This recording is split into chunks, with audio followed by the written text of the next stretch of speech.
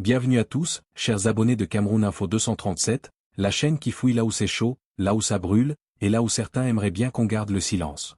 Aujourd'hui, on va parler d'un mariage de raison, ou plutôt d'un mariage forcé. Vous connaissez le dicton, l'argent n'aime pas le bruit, mais apparemment, il aime bien le bruit des bottes. Notre dossier du jour est une véritable révélation, quand l'armée sollicite les entreprises publiques pour équiper ses troupes. On va vous expliquer comment nos sociétés d'État, qui ont déjà du mal à nous donner de l'eau ou de la lumière, se transforment soudainement en sugar daddy pour nos forces de défense.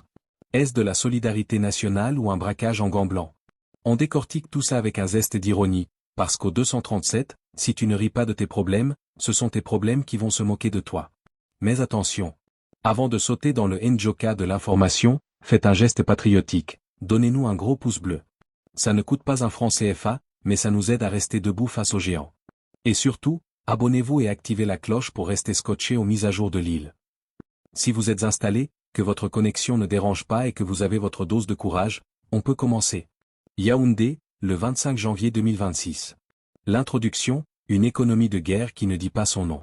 Sous le ciel lourd de la capitale, une réalité complexe se dessine dans les couloirs des ministères.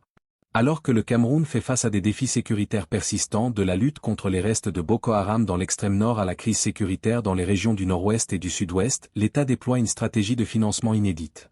Ce n'est plus seulement le trésor public qui paie la facture, mais les entreprises publiques et parapubliques qui sont désormais sollicitées pour équiper les troupes. Le mécanisme entre solidarité nationale et pression budgétaire. Pourquoi l'armée se tourne-t-elle vers des structures comme la SNH, la Sonara ou le port autonome de Douala?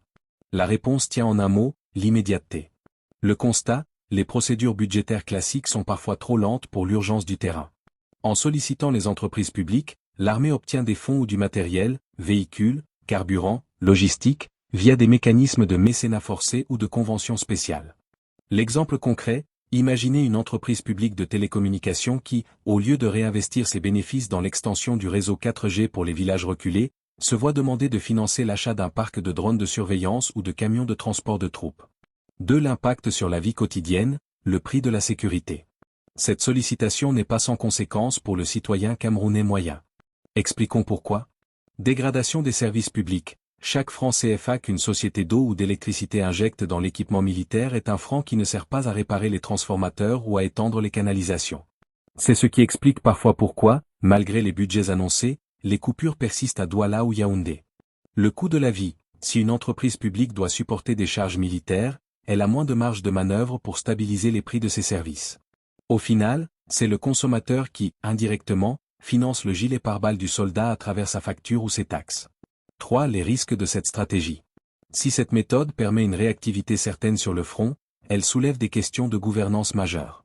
L'opacité financière, ces transactions échappent souvent au contrôle rigoureux du Parlement. Comment savoir si le matériel acheté est au juste prix? La fragilisation des fleurons économiques, à force de solliciter les bénéfices des entreprises publiques, ont réduit leur capacité d'autofinancement, les rendant dépendantes de subventions qu'elles ne reçoivent plus. Analyse, un choix cornélien pour l'État. Le gouvernement se retrouve face à un dilemme, nourrir la machine économique ou protéger le territoire. Dans le contexte actuel, la sécurité est devenue la priorité absolue, car sans paix, il n'y a pas de business.